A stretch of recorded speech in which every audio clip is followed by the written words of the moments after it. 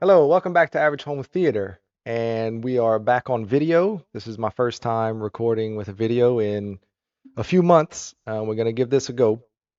And of course, I'm joined by Dominic. How you doing, man? I'm doing great. It's great to be back on the channel. Yeah, you missed us? I missed you. It's been about 8 months since our last Has one. it? It's been that long? Yeah, because I looked up the video the other day. It's been about 8 months. So Wow. And what 20. would we talk about? It was Star Wars and stuff?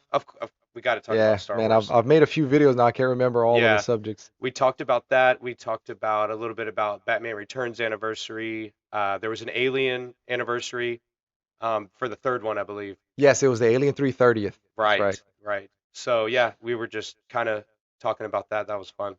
Okay, okay, man. Oof. My memory, I'm getting old, man. So, certain things just don't stick with me anymore. So, yeah, we're gonna start off talking about a lot of Star Wars, I guess, since that's what we both share a real big interest in, and Mandalorian season 3. So I'm caught up, you're hmm caught up, and I on my podcast that I did a week ago, I didn't have good things to say about it. I was Right. very disappointed in season 3 so far. Um, I don't understand why you have to have terrible episodes and then a good episode, and then bad episodes and then a really good episode. And what's bothering me is when you only have 8 episodes in a season, you got to make them count. Right. You can't afford to have 2 or 3 episodes that are really bad, and that's how you lose viewers, especially in today's world. Right. Everybody is so, what have you done for me lately, and ADD and all that Well, we're stuff. inundated with a constant flux of content that you can't afford to stay with something that you're not as interested in because Right. there's 10 other There's so shows. much stuff out there, and Right. it's like, why am I going to invest my precious time if it's going to suck like this? And it's really disappointing because seasons 1 and 2 were so good for Star Wars, for Right. Disney, of Mandalorian, Right. because it was different. And it really was an experiment, right? hmm I think that it was, well, I know it was the first live action series. Right. So it was brand new. They didn't really know how it was going to take. And I think that's how they went with the formula, the 30-minute, 40-minute formula as opposed to an hour. Right. And it was a success, right? The space western, it was something we had never really seen before. It was neat. The character was awesome, Grogu and all that stuff. So the success obviously has what it was the segue for all this other stuff coming out, all this new content, as they say. Right. And that's great and all, hmm but then season 3 comes around. It's been a year and a half, so we get season 3, and seasons 1 and 2, even though there was a couple episodes that may have been not as good as the rest, they were Right. pretty solid and pretty consistent. But looking back, those couple of episodes that weren't as great, like the Prison Break episode and Hmm. things, looking back though, those were at least all in the same tone. Correct. Like they Tone did. has been the biggest problem with season 3. Right. Season one, it was great. It really felt like we met a new character playing in the aftermath of the events of the original Hmm. trilogy.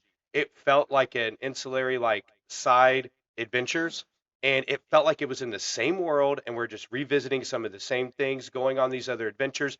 And I liked how it didn't have high stakes. Hmm. It was like you said, like a western, like a samurai movie, like exploring all these extra parts and it was safe too because it wasn't messing with the content before. It was Hmm. just like an appendix. It was like this extra thing. And one and two were solid. For example, I go back to the end of season two a lot, like those last 3 episodes when he's with Boba Fett, and then it leading up to obviously the Luke. Like Hmm. that plays like a movie, Correct. Yeah. And season three has been a roller coaster, just to put it lightly. And it's the like you said, and I've said it before, but I'm glad you said because it's not just me. The tone, the tone of this season has been like, what are y'all doing? Right. It's very confusing. I don't know why, and the direction. And So, when I say direction, I mean directors, how right. they're directing the episodes. Really cheesy. The action in a couple of them were laughable. The one with the I think it's episode 2 with the what's the one with the dragon type thing that when they're all like extra doing like training, I'll Right. say. That was Yeah. horrible. It looked Yes, and it's like terrible. that big crocodile thing. Yeah, Yeah. I just didn't understand. So It's bad. let's kind of start back. So the idea of him going into the mines of Mandalore, Hmm. I was down for. Oh, and I guess going a little further back, the episode in Boba Fett that was Mando heavy Right? was kind of Mando 2.5. That Hmm. was great. I think it was episode what, 4 or something. Something like that where he talks to the armorer and Hmm. he knows what he has to do, and that whole thing in the meat market where he's slicing them up with the dark saber, Hmm. like that was very That was much in awesome. tone, and it Yeah. was a nice appetizer because it had been a while since season 2. And then jumping into 3, the mines of Mandalore, I was down for that. That was cool. Hmm. um and then And you get to see Bo-Katan like really right, kick some ass, and that was nice no, because she was you didn't really get to see much of that before. right. They really just introduced her Hmm. in the second season. So all that Mines of Mandalore stuff, him taking his religion so serious, and like it inspired Bo-Katan. And there's some good moments in there, like when she's like, "You don't have to do Hmm. this." When they finally find the pool where he's going to baptize himself Right. again, she's like, "You don't have to do this. It's an old fable. My dad would go on and on." It's paraphrasing, right? But there's a moment where she looks at him, and it's like it rekindles her love, and she's like, "There's something to this." And then obviously she has to rescue him because he, pulls in immediately. That was great. Hmm. I was down for that. Now, episode 3 went to the Coruscant stuff where we meet um, she was Imperial, but now she's supposedly rehabilitated and helping the That Republic.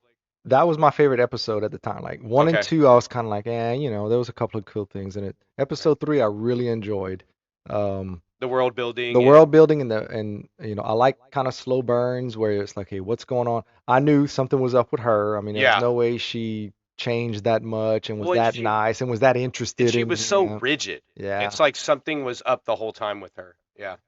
And she's Um, a good character. She's one of my favorite characters this season just because of her dedication to the Empire or right. whatever. Like I don't know, it's kind of Well, and getting into the latter seasons now of the show, you can't do the same thing you've done hmm. before. Like 1 and 2 were so Mando heavy. We were with him the whole time, Adventure of the Week thing. Now they're trying to expand it out, especially with the scientist. Hmm. And being a prequel fan, I did gush a little bit about seeing the theater on Coruscant again and seeing some of the same landscapes that I had saw 20 years ago. That was a nice little Hmm. revisit, nice touch. Um, and then after that, we finally see the rest of Grogu. I think that's in 4 or 5 when Where he gets rescued the by Jar Jar we see Binks. the full Yeah. background, yeah. And I mean, we know it as Jar Jar Binks, but the casual viewer may Yeah. not. But that was good for Ahmed Best. I mean, he went through so much crap So much before, hell, yeah. and he was just doing what George Lucas told him. He was aiming his character for children, so of course a 40-year-old wasn't gonna love it. Um, but to see him get redeemed that way was cool. He's the one that actually saves Grogu, that Hmm. puts everything in motion. And that scene, double lightsabers, that That's was a good. fun scene, action packed. I liked that, and I liked the parallel because that memory is triggered in Grogu when he's watching the armorer stamp out his armor, and same thing happened with Mando in season 1 when he was watching the armor, and it would flash back to when he was a foundling and getting Yes, saved. yes. So that was a nice little parallel that they did that. Yeah. So after season three, it was season three, episode three. It was episode four, which I don't even remember what it was. Right. Well, I know part of Grogu was in there, but then I know episode five was a really good one. That's the one where the Mandalorians went and helped Carl Weathers. oh, that was good. That was a good episode. And Carl Weathers, I mean, he just elevates, I mean, right? he's Carl Weathers. You know Yes, what I'm but saying? that swagger he has, and like, it brings me back to watching Billy D. Williams as Lando. Hmm. Like, just that confidence he has, and to see where he's come from, he's rebuilt that city. He's basically a king now. Hmm. He even has the droids carrying the back of his cape, Yep. like, right? Like, remind me of And the that, scene in where he's in the street with the pirates and Mando's like, "Is there a problem here?" right? I love that. That was my Oh, favorite. that That was was my favorite Gunslinger. scene. Yeah. That was Clint Eastwood. But I think that was a different episode. That was the episode before. We're kind of bridging two Yeah, together. that Yeah. was the episode before. They kill those pirates, and in episode five, the pirates come back. The Yeah. pirates come back. And the pirate thing, I'm cool with that being like akin to like Return of the Jedi, how you had Jabba the Hutt and the gangsters, Hmm. but then the real fight was within Emperor and Vader. Right. Kind of the pirates being the kind of early fight with gangsters, and then you got the bigger stuff coming, which we get to in episode 7.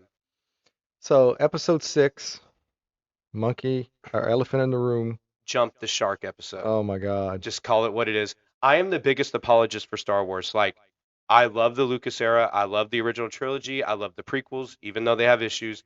There's even parts of the sequels I like. I liked Obi-Wan. I liked the good in it. I talked about it last time. I am the biggest apologist. When I say there's a problem with the episode, it's gigantic. That Jump the Shark episode with Jack Black and Lizzo, It's horrible. I'm the biggest apologist. I couldn't apologize for that. Even Christopher Lloyd couldn't help it.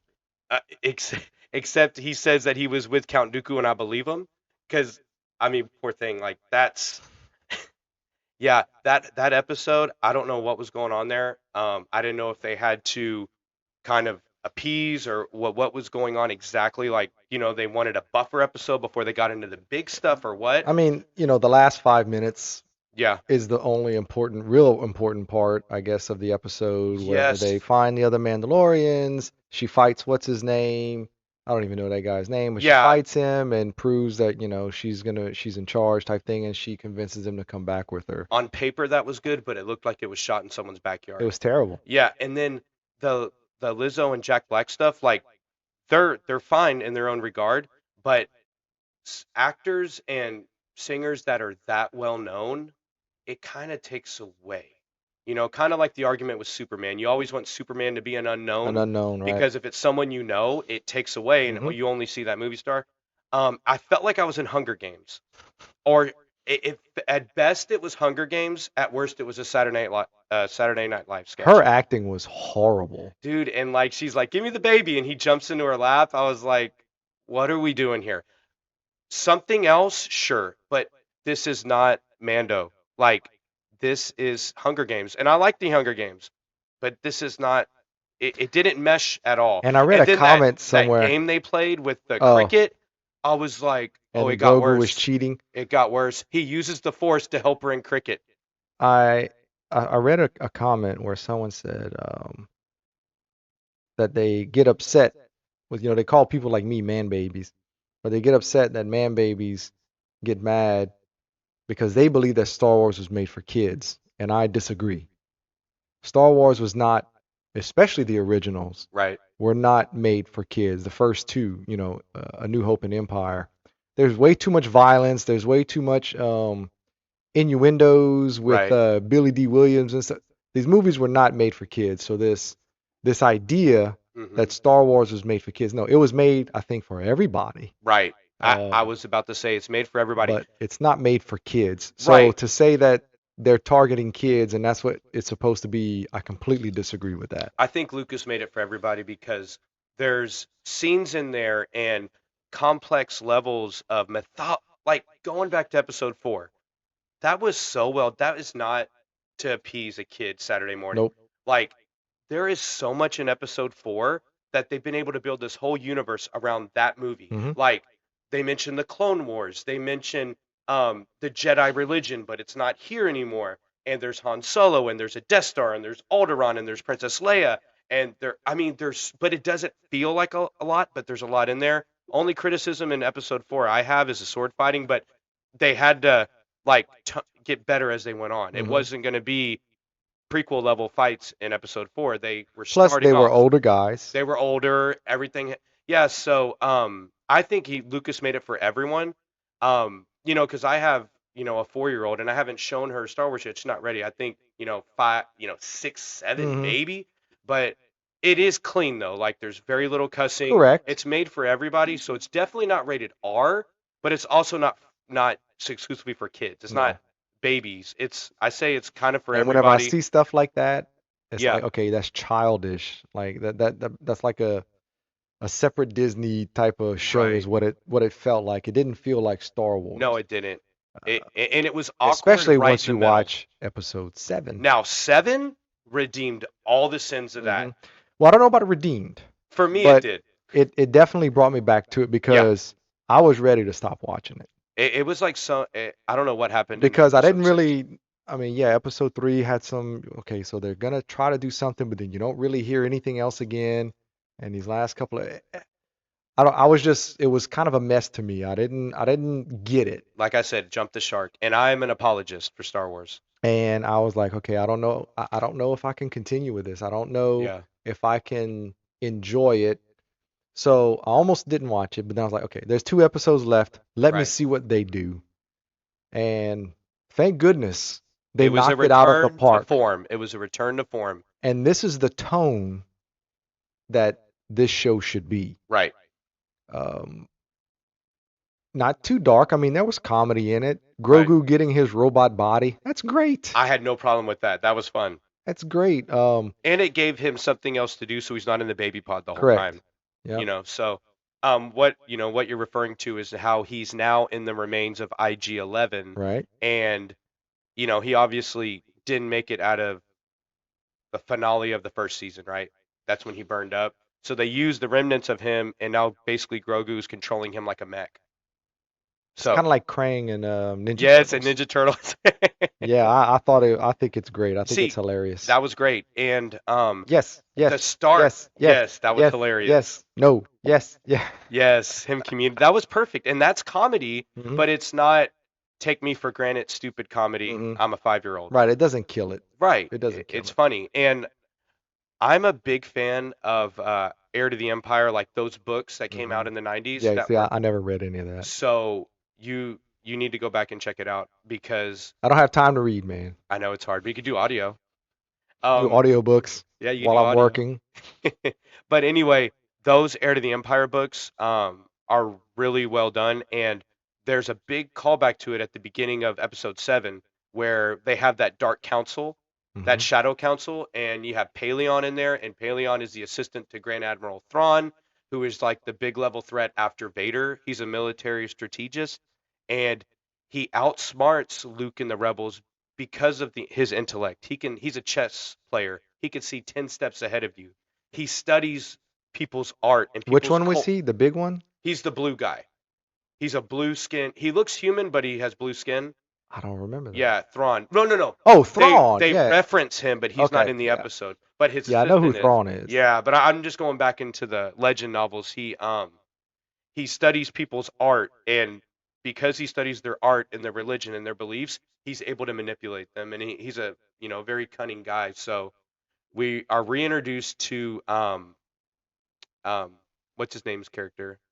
Um I'm drawing a blank on him. Grant What it was the main Hux, but it was Hux's dad, right? Hux's dad is in it, which is kind of a nod to And the it's his sequels. brother in real life that's That playing which is the cool. actor, yeah. And again, that's just extra stuff. Like you don't have to know all that, but if you know it, it kind of adds to it. Well, when I heard Hux, I was like, Hux. Yeah, But I knew it wasn't him, so afterwards I learned that it's supposed to be his father, right, but the actor is his brother, his real life brother that's playing his father. So that's right. pretty neat. That is cool that they did that. And Star Wars has always done that. Star Wars has always gone back, for better or worse, and filled in gaps and gone forward and gone backwards. So, you know, um, again, that's what they're doing here. So, we're reintroduced to our main villain who we haven't seen since the end of season 2. Um, what's Gideon. Gideon? Hmm. Yes, Moff Gideon. Seeing him again, and the actor who plays him does a great job. Esposito. Giancarlo Esposito. He's great. Yeah, he was here in Lafayette at the Comic Con. I didn't meet him, but a few of our guys did. Oh, cool, cool. Hmm. Yeah, he's great. Like he adds that level of threat, and I almost wish he was in it more, but it's kind of cool that he always pops up No, in the last couple I think it's episodes. good. It's I like think it it's always good. builds to him. Mhm. So I like that. And the Shadow Council, and he's kind of wanting to do his own thing. He's going Mhm. rogue. He has a vendetta with the Mandalorians, and from there we go. Well, remember they met up with they took a scouting party of Mandalorians Right, to go back to Mandalore, right, and they meet up with some remnant Mandalorians, I guess you can call them, right. who have been living there the whole time, That's cool. which the main one is Warlock from Top Gun Maverick. Yeah, yeah, He that was the was main cool. one, yeah. See, and that's an example of a celebrity being in it, but not overpowering Hmm. it, because it didn't take away from it at all. So they meet them, and they're going down. to, underground, whatever the hell it is. Right. And of course they get ambushed by Okay. Gideon and the The man, Imperial force that's down there, those troopers are cool, man. they're cool because they have Jetpacks and Beskar. everything. Oh, Yeah. Beskar, yes. Yes. And I'm sure that's going to be a new CRL for the 501st. Oh Eventually yeah. that's going to be the That's cool. Which is hard to do. Like hard to come up with something cool that's new like that. well, and people the way it works is anytime anything in Star Wars, if there's not a CRL for it already, Uh-huh. a costuming reference library is what they call it, Uh-huh. then you can make it, and then it has to get submitted to the 501st leadership, That's and cool. they look at it and kind of approve it. Then it becomes an official costume. That's cool. Yeah. Yeah, so that's probably definitely coming. But so that was pretty neat. Well, yeah, and this whole season, one of the plot threads that have made it all the way through is Bo-Katan's clan joining Din Djarin, the Mandalorian, joining their clans joining, right? Mhm. Because it's kind of like two different sects of a Right. religion because one of them believes in keeping the helmet on, one of them doesn't. They've disagreed over the years, but they're deciding to come together to take their homeworld back, Mhm. right? That's been gone since the Clone Wars. And whose idea was it to bring them together? It was the armorer. Mhm. She tells Bo-Katan, you can lead both. You could be a child of both worlds. She brings them together, and she Does also she lead them into an ambush? see. That's what I was getting to. This is not spoilers. We have not seen the finale Correct. yet. This is all We're assumptions. all speculating, but she brought the clans together. It was her idea, right? And even further back, she told Din Djarin, the Mandalorian, he needs to go bathe in the mines of Mandalore to reclaim, his identity back. And Knowing that that thing was in there. exactly, but him going back to Mandalore and then saying, "Hey, it's habitable," then the clans join. So the armor's been orchestrating getting them all together when we lead into a trap, Mhm. right? And And she takes the best ones with her. she leaves before the trap is sprung. So I think she's dirty. I think she's the other spy because the episode's called The Spies, something The Spies. Spies or the spies. Yes. So obviously, we the first spy is revealed, but she's yeah, I think she's dirty, unfortunately. And And then of course you have, as they're making their escape, what's his name? Phil um Paz Vizsla, Paz Vizsla. dude. Dude was a gangster, man. Yeah, he went out. He went out. So what happens is they get ambushed, and he tells Bo-Katan to close the blast door, so they don't get all wiped out because they're all, in a trap. They're all together. She brought all the clans together to get them in one spot because if she hadn't done that, it'd be harder to wipe them out. And basically, he tells her to close the blast doors, and he goes out like you said, like a gangster, taking several down. And I didn't. It's funny because even though he was asking for the Praetorian Guards, I completely forgot about it once Okay, everything was going down. right. That's early in the episode. Moff Gideon requests Yeah. the Praetorian Guards And from that they say, Shadow okay, you're Council. gonna have them. Well, but before that, his Gatling gun or whatever that is, that Overheating and yeah, everything. That was awesome. dude. And then he takes a lot out with that. Hmm. But then he just starts using the gun.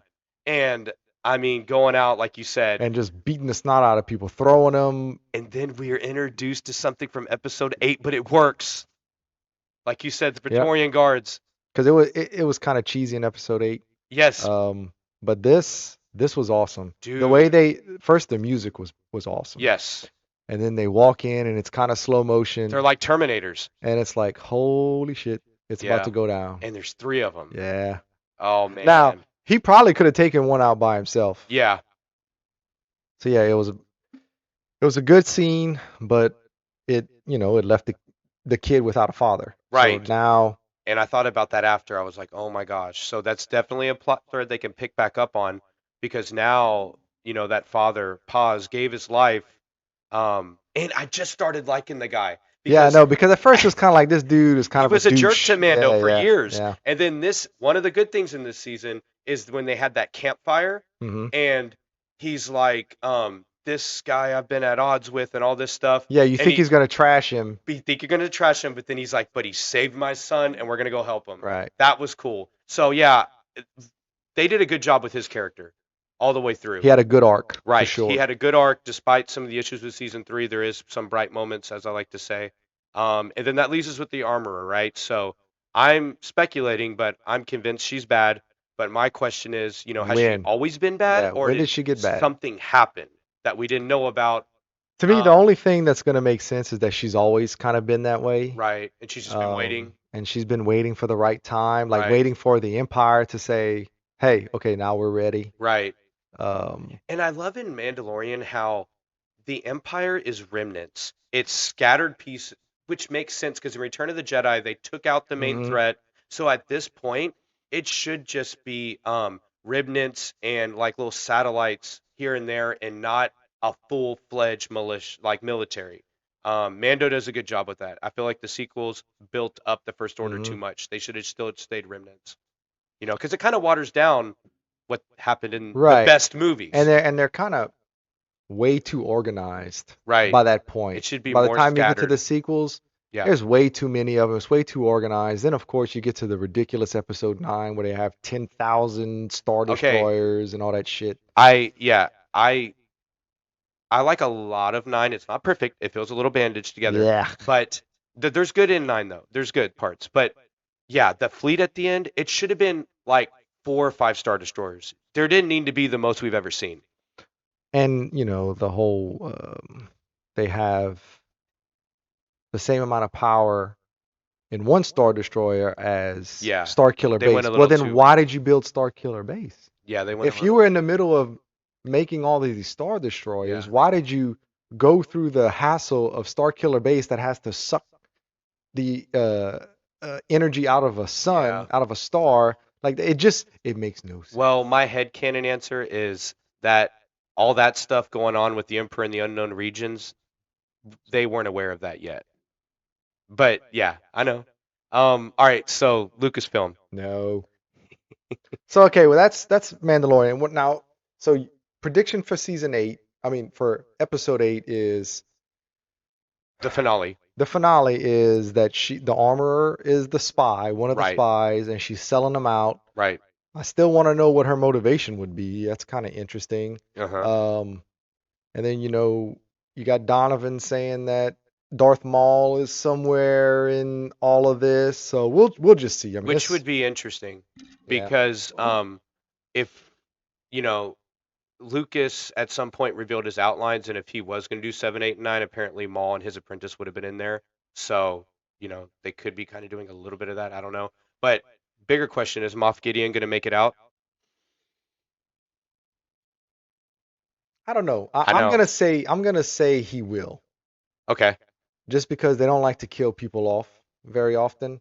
I'm gonna say somehow he makes it and he's gonna be a big part in the movie. See, so I can see both sides because if he, did bite the dust, it'd be a powerful ending.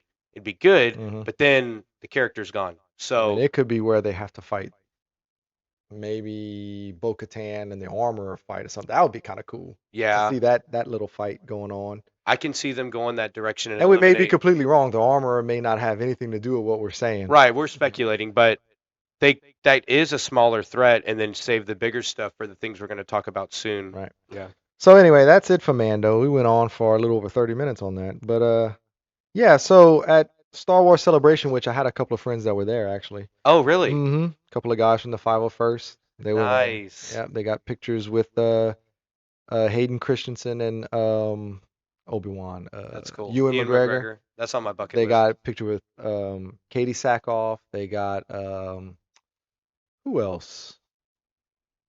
I can't remember. Well, it was in Europe, huh? Yes, Yeah. it was in Europe. Some Asian girl, but I don't know who she was. They got a picture with her, Okay. but they had a good time. Was it the lady from the Boba Fett show? She Finnick? actually, Finnick. her Finnick. Finnick, but it was another girl I was thinking of. But yes, they did get a picture with her. But the Okay, other girl, cool. there's another Asian girl that they took a picture with, and I don't know who she is. But yes, they did have Okay. with Chun-Li. Right. Yep, Okay, did cool, have a cool. picture with her. So they Nice. enjoyed themselves. But I'm Yeah. sure he's licking his wounds because that can't be cheap.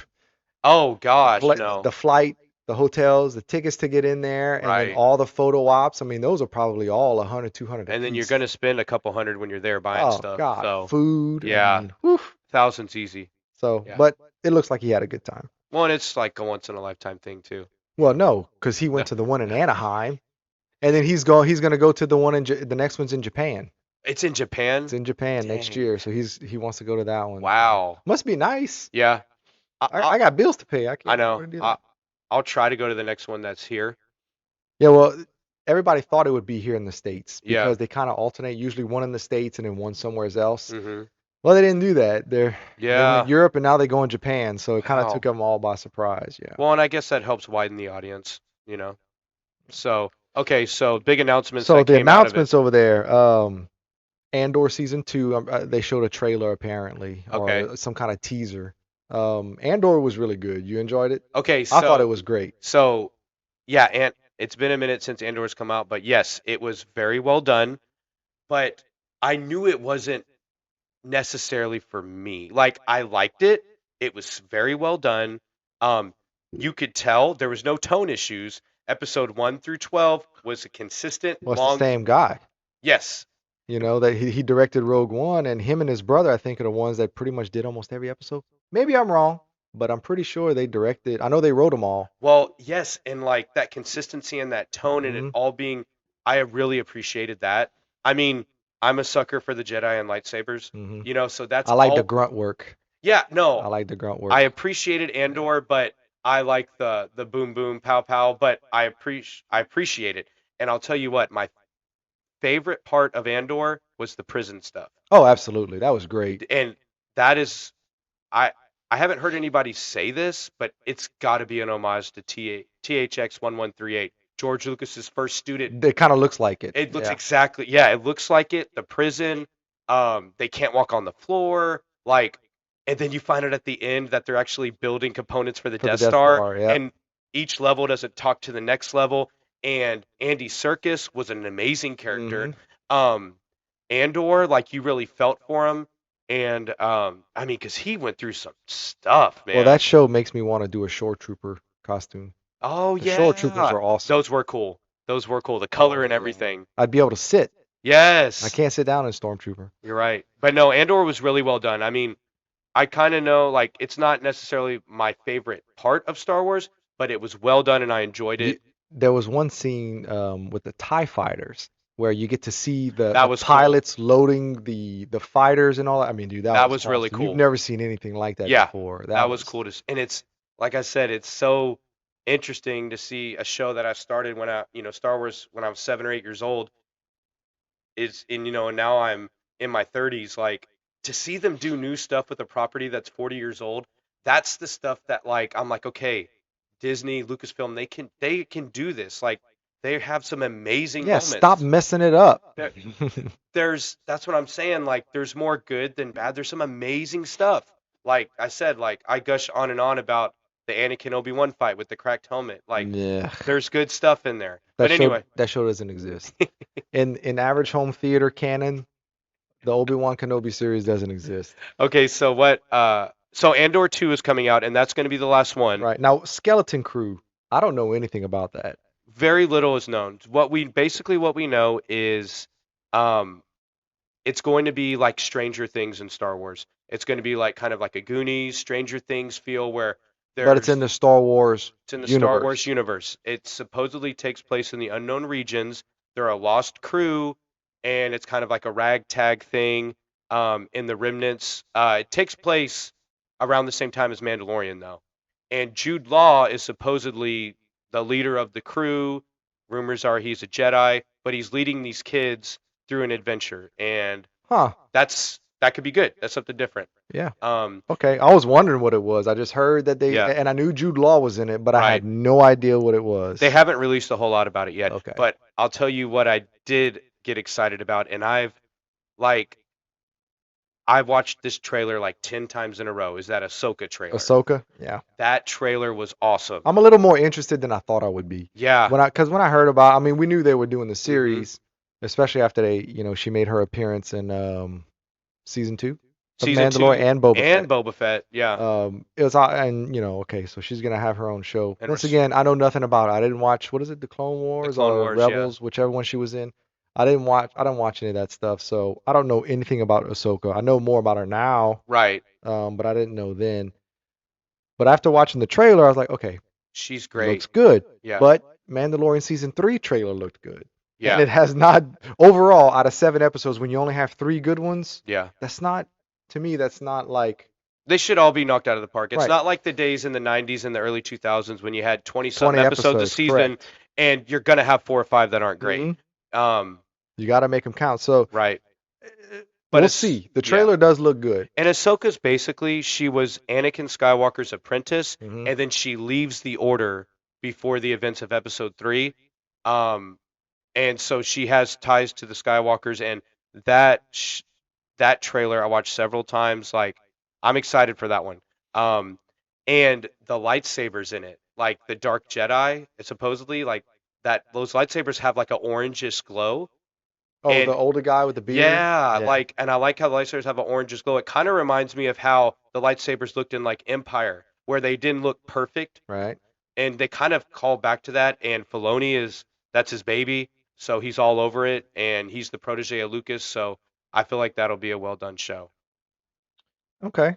And then Acolyte, which all I know is it takes place like 1,000 years prior It to takes. A New Hope, I don't think it's quite that far back because supposedly and it's like the first Jedi, right? it's okay. So it's um before the events of Episode 1, and it's basically between the High Republic and the Republic we know in Episode 1. It takes place somewhere in between there, where basically the Sith are starting to uh, kind of infiltrate the Jedi, but they don't know about it. So it's going to be very Jedi Sith heavy, but the Jedi can't know that the Sith exist yet. But yeah, it takes place before the prequels. But I don't think it's thousands of years because there's rumors that 1,000. Yoda I might. heard it was 1,000. There's rumors that Yoda might show up in it. And I think he was like 900, but it's definitely before the prequels. Um, and that's in, that I know could, there's a video game coming out, Eclipse, that takes place like 500 years yeah, prior to A New Hope, and Yoda's in that. right. I'm just trying to look at the time period. You can keep going. And I know they showed a trailer at Celebration, but they haven't released a trailer to the public yet. Right. So we'll see with that. I know Carrie-Anne Moss is in it. Yes, I have heard that. I think that could be interesting as well. Carrie-Anne Moss from Matrix fame, and So, but that's the 100 years before Episode 1. oh, it's 100. It's 100. So that's why I'm saying Yoda could show up in it because he would be probably around like That makes 700. more sense because I was like a Yeah, thousand. yeah. You might be alluding to the other announcement. And there was a lot That's of the one that announcements made. has. So Acolyte is the one that's supposed to have the Jedi Wookiee in it. Yes. Yes. Yeah, I want to see that. That sounds I'm very curious. I'm like, I got to see a Wookiee wielding a lightsaber. yeah, I got and to see like that. how does he work? Yeah. So that would be different and cool different. Like hmm I'd be down for that. That'd be And it's the interesting. same guy that's played Chewbacca and Yeah, everything that's doing it. the same actor cuz Episode 7 he kind of shared it with Peter who he's passed away, the original Right. actor for Chewbacca. Yeah, in episode 7, I think he just kind of what's his name? Mayhew. Mayhew, Peter Peter Mayhew. Mayhew. He just kind of did the regular walking scenes, And I but could tell it was him because I could see it in the eyes. after Yeah. like all the action scenes and everything was this guy. Right, and he And he also did played him in Solo, Solo. correct. Yeah. So, I mean, it makes sense to keep him I on board. think he's the So, next basketball player. yeah, he's got the height for sure. And the athleticism. Right. Mayhew, even when he was young, he wasn't very athletic. He was just tall and lanky. Right. So this guy kind of brings a little different physicality to Chewbacca Yeah, and than this guy. to this new Wookiee, which is good. But yeah, a lot of announcements came out because Star Wars That's has all I been. have. You said there's another one? Well, there's the movies. Oh, that's right. The Yeah, Dave Filoni movie, yeah. um, which is supposed to be kind of like a wrap up of Mando and Ahsoka and all of that stuff. Right. So there's supposed to be a movie that wraps up the events of Boba. Ahsoka, Boba Fett, Mandalorian, and I think Skeleton Crew. So Filoni is basically George Lucas, George's protege. He should get his shot at directing a movie. He did all the Clone Wars, the animation, and then he started directing Mando episodes, which is live action. hmm So like he's due for it, man. I think if him surrounded by a good crew, I think he could do a really good job. I hope it's very successful because then this could be the start of him, doing more. Well, they got to redeem themselves Yeah, because they screwed the pooch on the sequel trilogy. So they need to really redeem themselves with film, I think it can be done. And they've waited long enough. I think this Mandoverse movie can be really good. And then there's two other movies they announced as well. which is Okay, so the other one is um, I'll save my least favorite for last. The next one is a James Mangold, the director of Logan, right. the director of the new I Indiana. know what one of the movies is now. I remember. Yeah, that's my least Okay. favorite, Okay. but I still have hope. But anyway, so the James Mangold movie is supposed to take place at the dawn of the Jedi. So that's the one. It's a movie going back thousands of years Well, maybe before that's the one I was anything we've thinking known. of. Maybe that's Yeah, the one I was thinking and of. James Mangold, he did Logan, which was arguably one of the best comic book movies ever made. Hmm. And he's done other stuff too. I know he's doing the new Indiana Jones movie. Do you remember what else he's done before? Man, I've heard that name Yeah, he's done a lot. like Um, many times. He's all yeah, over the place. but Let's see. anyway, his I think he has a chance at doing something really cool. I'm actually probably the most excited for that one if they do it He did right. the Wolverine, Oh, he did uh, the second Wolverine movie too. You're right. Night and Day, Oh, the Tom Ford v Cruise one. Ferrari, Ford v Ferrari was great. 310 to Yuma, That was the Western, yeah. Walk the Line, Identity. Walk So the he's line. he's good. Walk. Copland, dude, I love Dang, Copland. Have you yes. ever seen that? Yes, back in the day. It's been a minute, but It's on HBO Max. Copland is oh, great. okay. I'll have I to love that revisit that. movie. Um, but yeah, Walk the Line. That's probably the best movie I've seen based on a you know singer like that. And that one Phoenix Joaquin. no, he almost won it. I think he lost it to Philip Seymour Hoffman for Capote. I think that's what it was. But but yeah, he's a great director, and his movie is supposed to take place thousands of years before. That's what I was thinking of Yeah, when I said that. he describes it as a biblical epic, like Ten Commandments, which that's how it should be if they're Hmm. discovering the origin of the Right. Force. And so because I've always seen the Force as like a metaphor for God, because it's like this power they don't understand, and it's spiritual and all that. So it's basically the origin of discovery of the Force in the first Jedi. So they build a religion But around what this. what it really is George Lucas ripping off Dune. That's what it really is. What is it? The books do predate, don't they? Yes, like 1960 something. The Dune was Wow. written in the 60s. Wow. So the what is it? The speech, or what do they call it in Dune? I'm not as I mean I appreciate it, but I'm not as vast on Dune. Anyway, Yeah, so it's kind of a rip off of that. But gotcha. anyway, whatever. But I Well, understand what you're saying. but It's evolved since then. right, but that has potential to be really cool. And then we already talked about Mando. So the third movie is The the Ray Rey movie. movie, where supposedly it's about her. Basically, she's doing what Luke did in all those books, all those Right, expanded universe novels, right, where he brings back the school and he's bringing back the Jedi Order or whatever. correct. So she's bringing back the Jedi Order, and it's just one movie because I assume that they're gonna see how successful that is before they try to greenlit a Hmm. trilogy around it. But we'll see. I mean, I kind of think you can make it. You can make it work, but we'll see how they do with it. You just have to have the right people doing it. Yeah, and Daisy Ridley, good actress, nothing wrong with her, but I expect Luke to be there as a Force ghost guiding her. Hmm. So I don't know if Mark Hamill's up for it. I haven't heard anything. That's just kind of me speculating. Um, Who's doing that? um, that one, it's a female director. I'm trying to think of her name. I know it's a female director that they announced because they brought them all on stage, and they had Mangold for the Dawn of the Jedi movie. They had um, Filoni for the Mandoverse movie, and they had her. And I think she's maybe directed some episodes of Mandalorian. I don't know. Okay. Um, but you'll probably see her name pop up. But I don't, so they can do this, revisiting the Jedi Order thing. I I like all the fanboy stuff though. Like I'd like to see her surrounded by Force ghosts. I'd like to see her getting counsel. I like to see the universe, broaden. So we'll see.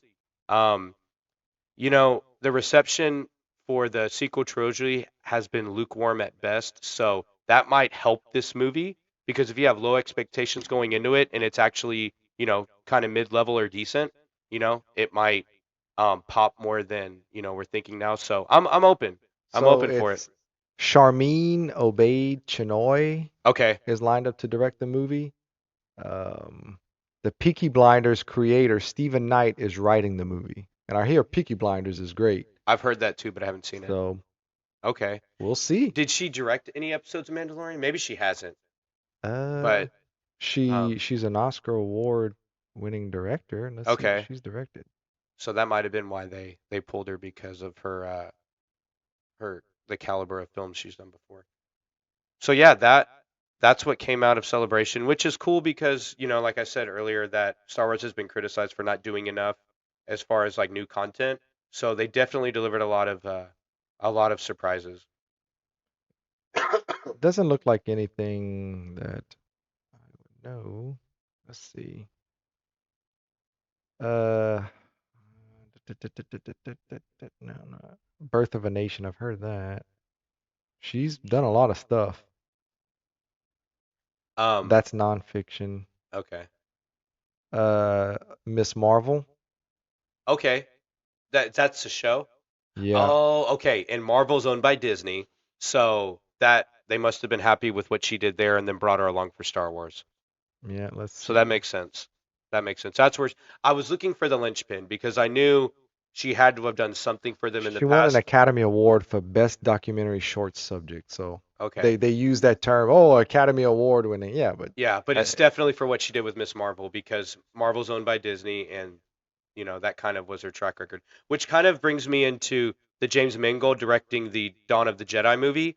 He just directed Dial of Destiny, the fifth Indiana Jones movie that's supposed to come out in June. So obviously they're happy with what he did in that movie for to bring him along for Star well, the Wars. guy's good. Yeah, and You know, like I said before, Logan, Walk the Line, all that stuff's great.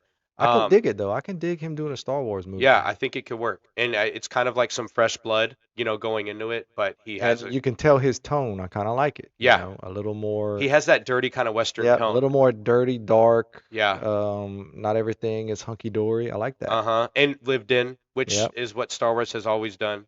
You know, a lived in universe. But what are your thoughts?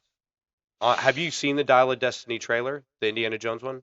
Actually, no, I haven't. I Okay. saw a teaser, but I haven't watched Okay. the theatrical trailer. Yeah, so basically, I think it takes place in the 60s, and Was it flashbacks? Because I know there's they de-aged flashbacks him, in it. so he Yeah, looks young and then he looks old. right. And I So yeah, know, if it's in the 60s, he's old because yeah, the first movies were in the 30s. right. So, yeah, that's good. So it's taking place in the 60s, but then it jumps, back and Hmm. forth. And obviously, Harrison's de-aged in the earlier stuff, but then in the stuff in the 60s, he's, looks like as he does The now. de-aging looks It's good, getting better and better. but that's just your face. It's the movements. I mean, these guys, I mean, the man's in his 80s, almost 90 years old. What's he Yeah, gonna look like moving? yeah, Is what I'm worried about. Or are they gonna do like they did with Mark Hamill and just use a totally different person? Like they used Mark Hamill when he was just standing there, yeah. but there's some other scenes where it's not Mark Hamill, it's this other It's guy. the other guy and Mark Hamill kind of, and you're talking about the Book of Boba Fett Yes, scenes. when he's running and I stuff. think that's the way to do it, honestly, because The Irishman on Netflix, I don't Oh, know it if you. looks bad. Okay, so that got criticized because they de-aged De Niro, but then when he's moving around, He's he kicking looks the like guy on his the ground. age. He looks Yeah, like a 70-something-year-old guy trying to yeah, kick somebody on the ground, not a 40-something. Because right. I'm 42. I know what a 42 moves like, and it's not like an old man. Yeah, So true. So I mean, I'm sure that they'll. I would think they'd probably go with that for the physical movements, but Dial of Destiny looks interesting. I know. What was your thoughts on the trilogy? Kind of, just a I like snapshot. the original trilogy. Yeah, Temple of the first one is Raiders of the Raiders, Lost Ark. I like that one. best Um, title ever. yes, I like that movie. Temple of Doom is good. Uh huh. Some people it's their favorite, some people don't like it at all. I don't Right. mind Temple of Doom, and but I love Last Crusade, which I Yeah. think is kind of the what most people I say most people would say that's their favorite. Right. Not everybody, but most. Crystal Skull was bad.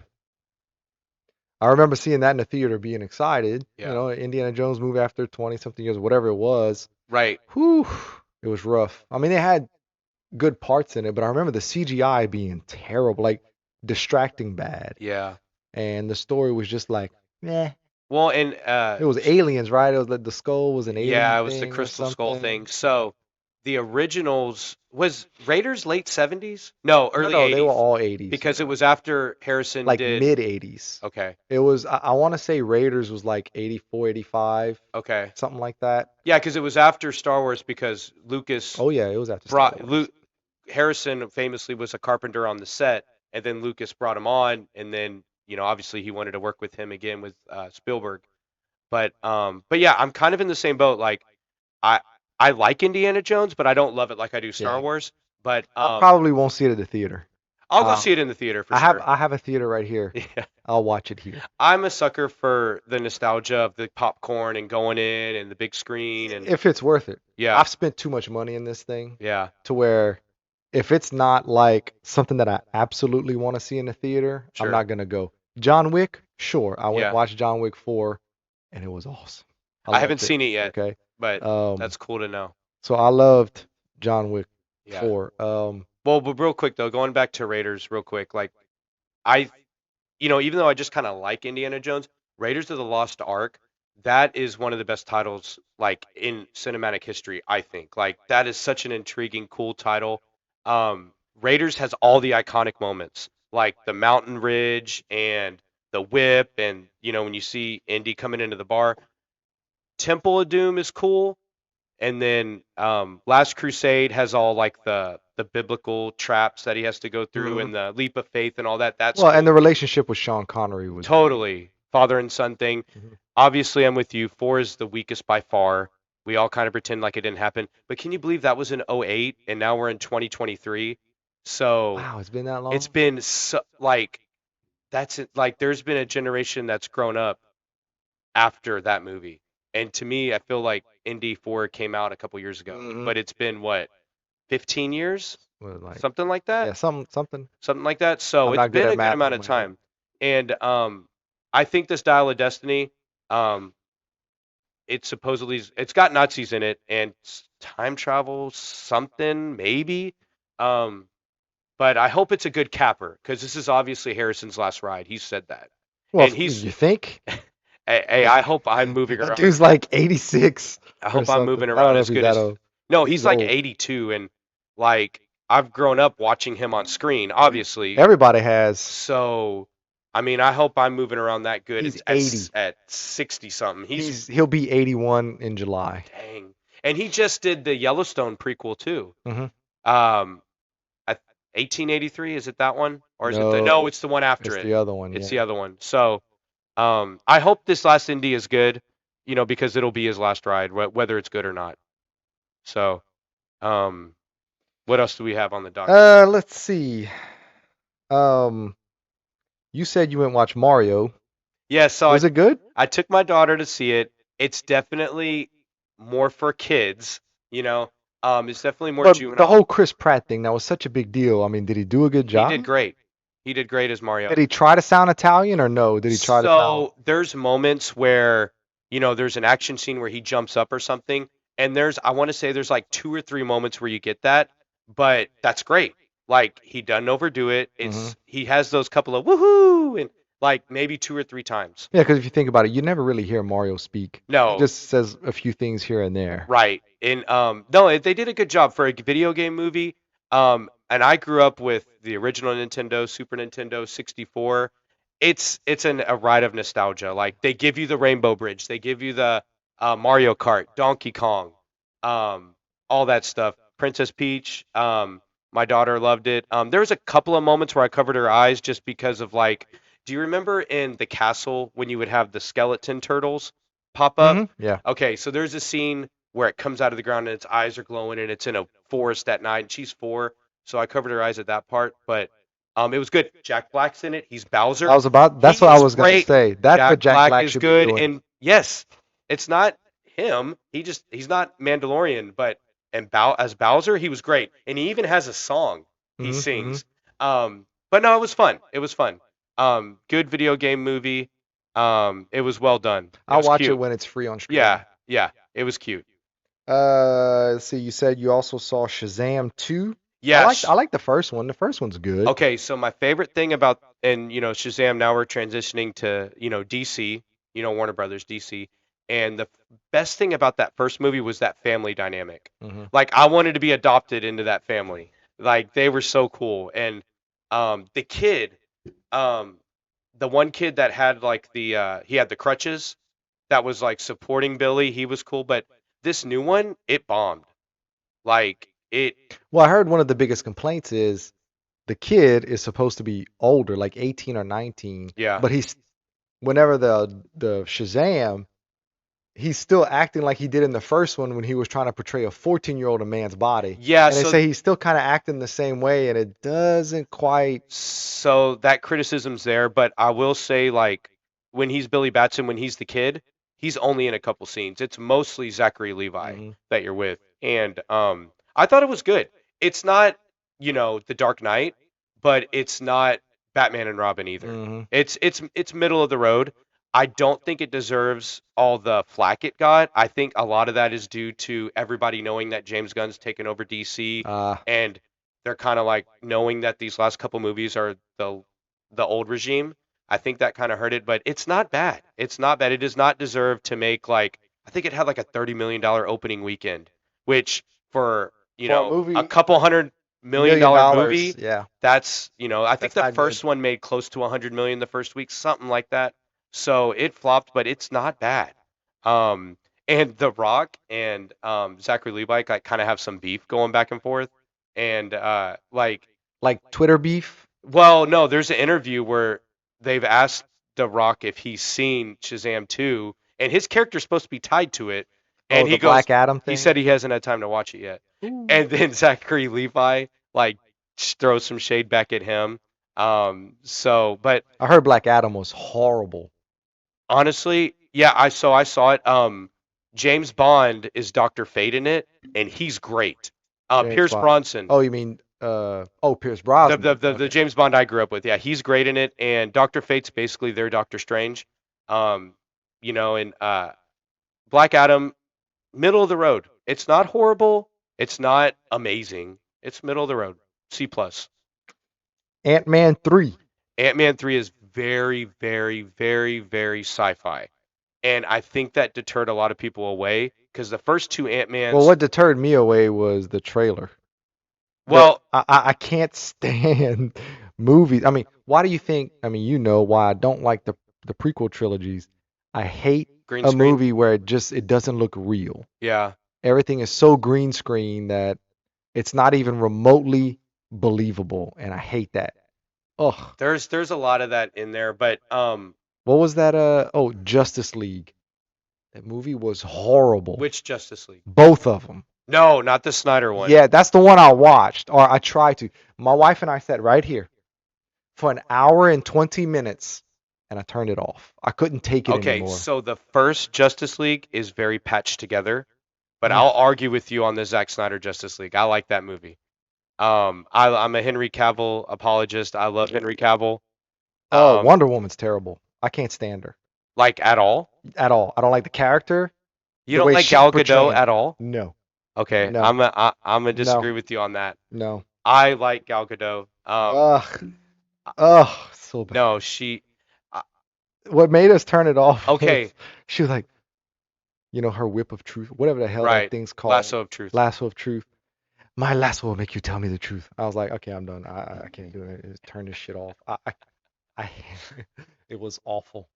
It was Okay, horrible. All of the scenes where they're riding, the CGI horses in front of the green screen and fighting it. I was like, why are they fighting a transformer? I don't want to. I it's hated it. okay. We need to save that for another time because Uh, I uh, love Zack Snyder's Justice League. mm, you I and Donovan both. Y'all should do a podcast. You and Donovan should do We it. need to revisit that You though want to do a because fanboy I'm glad we podcast. don't completely agree on it because it gives us something to talk about. Whew.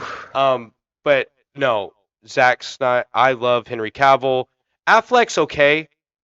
I Gal Gadot Now I like Batman v Superman. which is interesting I because most like Man of Steel. I say like. I don't love either one, I love Man of Steel. but I like Batman v Superman. I Yeah, think it's okay. I don't think it's great, yeah. but My mm, thoughts on the Snyder's trilogy is I love Man of Steel. Like there's so much in there. The yeah, score all they had to brings do me was to cut out tears. 30 minutes of the last fight, and it would have been Yeah, okay. it was a little, but you know Mhm. why they did that? Because the previous Superman movie with Brandon Routh was criticized for having no action in it at Yeah. all. Which So I've they, never seen. Oh, he's gonna be my sister and I for the 501st. We're going to GeekCon in Shreveport, and he's gonna be there. oh really? Yeah. So he was like he was a good Superman, but not the best. So he's kind of forgotten a little bit because he only did one movie and he didn't have a whole lot to work with, but he looked like Superman. hmm I like him, but he's not in my top few. But anyway, I'm gonna argue with you on Snyder's Justice League. I love that. I love Man I'm of gonna draw a Steel. little poop emoji I next to love Man of Steel. Batman versus Superman. It's okay, it. but I love Man of Steel. BVS is okay. I love Justice League, especially since I didn't think I was ever going to see the Snyder version. But anyway, back to Ant Man. It's very, very, very sci-fi. Um, they set up Jonathan Majors' character, which is Kang, which is like the next level threat that's supposed to carry the next Hmm. several If movies. he's able to make the next movie. Ooh, that they're.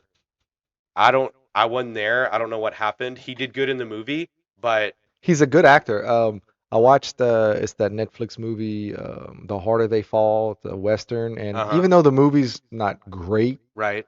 he was great. He's a good actor. He Yeah, was great, and he's in Creed yeah. 3. He's in Creed 3 as the a main Um, opponent. I haven't seen Creed 3 yet, me but I neither. do like the 1 and first 2 are two. good. I do like the I don't first want to two. see the third one because Rocky's not in it. It's it's Yeah. so I want to watch Creed 3, but it is kind of like cast a it's kind of dampened my And it's because there was a fallout between the yeah, producer and which is a Sly. And shame. which is crazy because the producer is the director of the first movie and 5.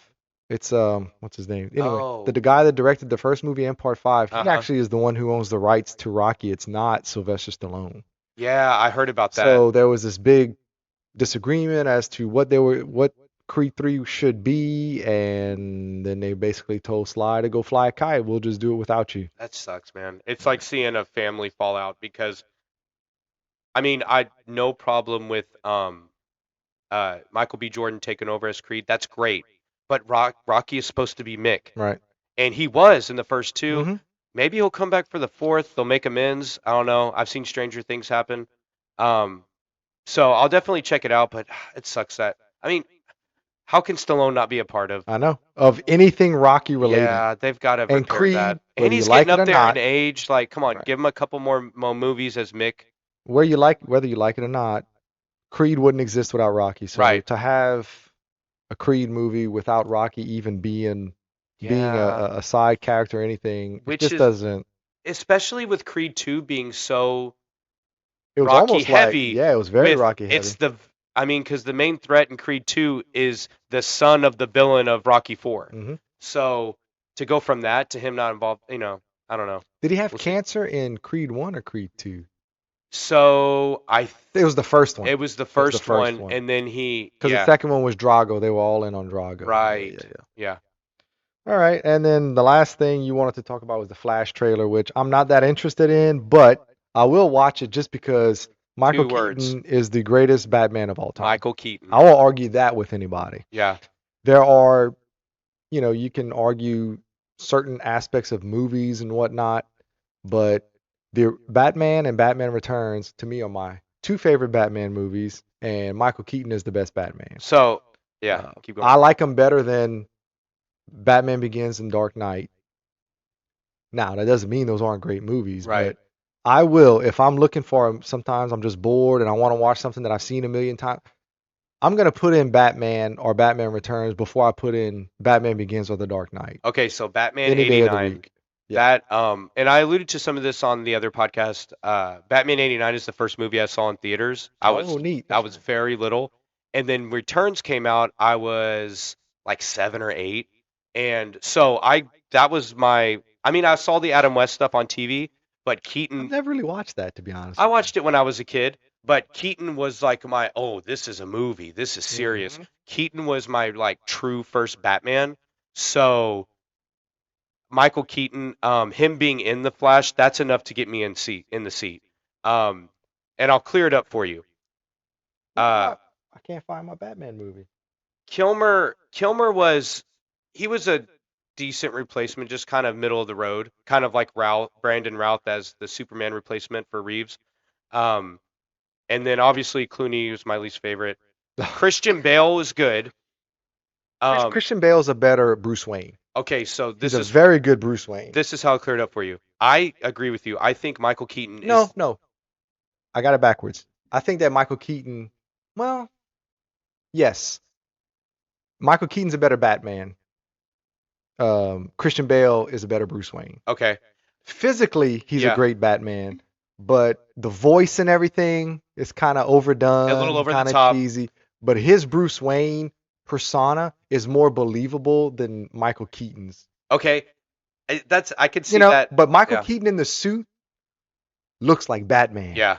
I Even the mean, yeah. for some reason, even though he's like my size, I he's was gonna like say even though he 5'11", can't. 160 pounds, he looks like Batman in Okay, his suit. and Tim Burton's argument is the reason he cast Michael Keaton is he goes, that's a guy that has to dress up in a suit. To You know, scare people. if you're a bodybuilder, if you're Schwarzenegger, you don't have to wear a Batman Correct. suit. I So agree. I've Keaton is my favorite Batman, but I think the Nolan movies have better scripts. Oh, yeah, yeah. So that's where the divide is. Well, it's a Batman and different Batman, tone. I right? mean, It's more of Batman Begins and Dark Knight are more uh cop in a bat suit. You know, there's more. It's more crime driven. and a little more ground, even though it's not realistic, but it's grounded in reality, to Right. where Tim Burton wanted you to feel like you were watching a comic book. That's what I think. Right. Like if he wanted you to feel like you were watching a comic book come to life. Yeah. So yeah, Even that's how though I feel. they're very inaccurate from the comic book standpoint. Yeah. Um, Well, the gothic tone is there, but yeah, Keaton's my favorite Batman, but I think the Nolan movies are better made, but they came later, so they should be mhm. better made. Um, but yeah, Keaton as Batman, and I like Keaton's Bruce Wayne. Like at that party when he's like pretending he's not Bruce Wayne and he's real aloof and weird and he's got like this. Where do you think that came from? Japan. Yeah. How do you know? Because I bought it in Japan. And what's cool about that scene is that proves that he's been around the world to train, but he doesn't show it. Correct. And I kind of see if you dressed up as a suit, you would be kind of weird like that. So I like his Bruce Wayne. Um, and yeah, But what Christian Bale does is he pulls off when he starts acting like the spoiled fat cat and it's all Bruce an act. Wayne, and it's all an act. He pulls that off He does pull that off. to where Michael Keaton is still more he's straight. Yeah, You know what and I'm he's saying? just more Even like as Bruce Wayne, he's still kind of straight. he acts kind of the same, but he's a Yeah. recluse and just kind of weird. Mhm. He's an oddball. To where the other one is like, okay, I got to put on this persona, and Right. it kind of works a little bit better as far as for Bruce Wayne. Because with Christian Bale, you're like, that guy's a jerk. No, Correct. He's yeah. a rich, spoiled kid, Right. and nobody likes him. he kicks everybody out of that party. Yeah, Just go. yeah, Just go. yeah. And it So- doesn't hurt that Christian Bale's kind of a prick in real life. So, Oh, his Terminator rant. yeah, I mean, Yeah. and you could tell probably other reasons. Remember there was the incident where he like got in a fight with his two sisters and his mom or something, or Yeah. his sister and his mom. Well, he's a and very intense actor. he's an intense guy. And I think he's an intense guy. You could see like in the movies he does, like when he was in The Machinist and he lost all that weight. But he he's bulked up in brilliant. Batman. He's he gained. brilliant. Oh yeah, I think he takes it so serious and he's so methodical that like the light guy not doing his job right would freaking set him off. Mhm. Yeah, because I mean, Or his sound guy. what was it whatever I was. watched the other? Oh, I rewatched American Psycho recently, and it's like this dude he's a genius. Yeah. He really is. Every part he plays, he's great. Like that new Netflix movie that was the Edgar Allan Poe murder mystery thing. It was okay, Yeah. but it was more fun to just watch him act. Oh yeah, than he anything. changes. He's a character actor. He changes himself. Mhm. Heath Ledger was like that too. Mhm. Like he was different from movie to movie. Yeah. You know. Well, we went over everything that we Yeah. had written down. So anything else? No, I feel like, the Lucasfilm stuff was the main thing, and I'm glad we were able to chit chat about movies. Mhm. We can't wait another 8 months, though. No. We We'll, needed- we live a few hundred miles apart, so it's kind of hard, but Yeah. I'm gonna get you set up. You have a laptop? Yes. we'll be able to do some stuff Okay. over this. And then for sure when I come back in July, we can do another Do in w- person, in absolutely. person. Yeah. But yeah, we need to figure out a way. Well, not figure out a way. I'm just gonna explain to you how to do it, get Yeah. you the software, and then we'll be able to kind of like it'll look like Zoom to Yeah. people watching, but No, it sounds great. I love talking movies with you, and it's fun to be able to, share all this and kind of bounce ideas off each other. Especially when we hear all these announcements and so much is up in the air. I'm curious to see where these things go and to hmm see how. yeah, because Hollywood and everything, and it's been bad. Yeah. I mean, Hollywood as a whole and everything, I say bad. It hasn't been very good. Hmm. The golden years are not right now. We're Right. not in the, and even Quentin Tarantino said that. He's like, we're in, Kind you of the know, slump. Yeah, in the because the slump. 80s, the 80s were great. hmm And even like kind of the mid 2000s when you got like The Dark Knight and the first Iron Man, like though there was inventive movies in that era, but then the last 10 years it's kind of slumped. The last 10 Especially the years. last. Now, I understand COVID and all of that probably hurt a lot of productions and whatnot. And then we had a writer's strike like a few years before Yeah, that. it's been kind of rough. So hopefully Right. we're picking back up because there has been better things coming out. Right. So And the there's new been some gems. Ghostbusters, Yes, that they looks just cool. started on that. Yeah. And there's Uh, been some gems, like we did get Top Gun Maverick, mhm. you know. So there has been some good ones along the way, but yeah, it's not that heyday where you're getting 8 or 9 hits in a row. So hopefully this Yeah, starts to change soon. yep, All right, Dominic. Well, I appreciate you coming by, yeah, and we'll do it again soon. yep. Always a pleasure. Adios. Like and subscribe. Thank you.